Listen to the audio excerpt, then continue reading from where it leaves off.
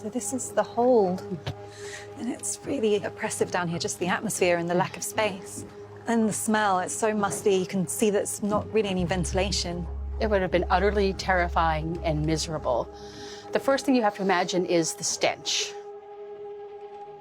Hundreds of people all crammed together very tightly, in some cases having to urinate and defecate where they're lying. You would hear them crying, screaming, moaning, begging for death, calling upon their gods to save them.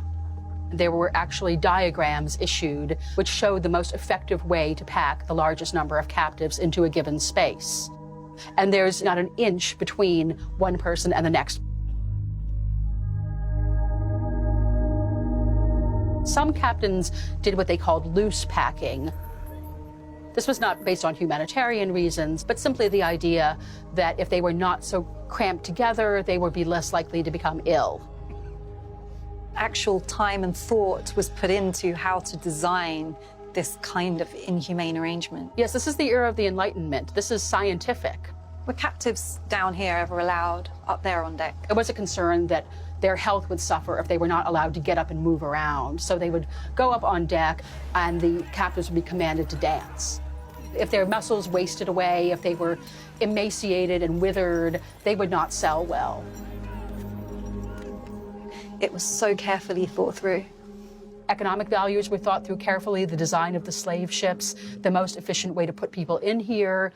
I mean, this was a very rational kind of a trade.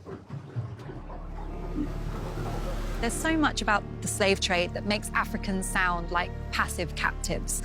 But was there resistance? Did they ever take matters into their own hands? Yes, on a lot of occasions, and actually historians estimate that as many as 1 in 10 of the slaving voyages had at least one episode of rebellion from the captives. Slave ships were constructed in a very particular way to minimize the likelihood of rebellion. Captives would be below several decks. They would be quite far away from where the crew might be sleeping. They would be in such cramped quarters, it would be hard for them to physically organize themselves, and there would be armed crew members on duty around the clock.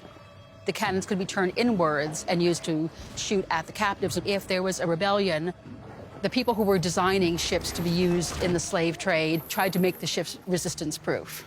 It's incredible that people held under such oppressive conditions could launch rebellions. How successful were these when they happened?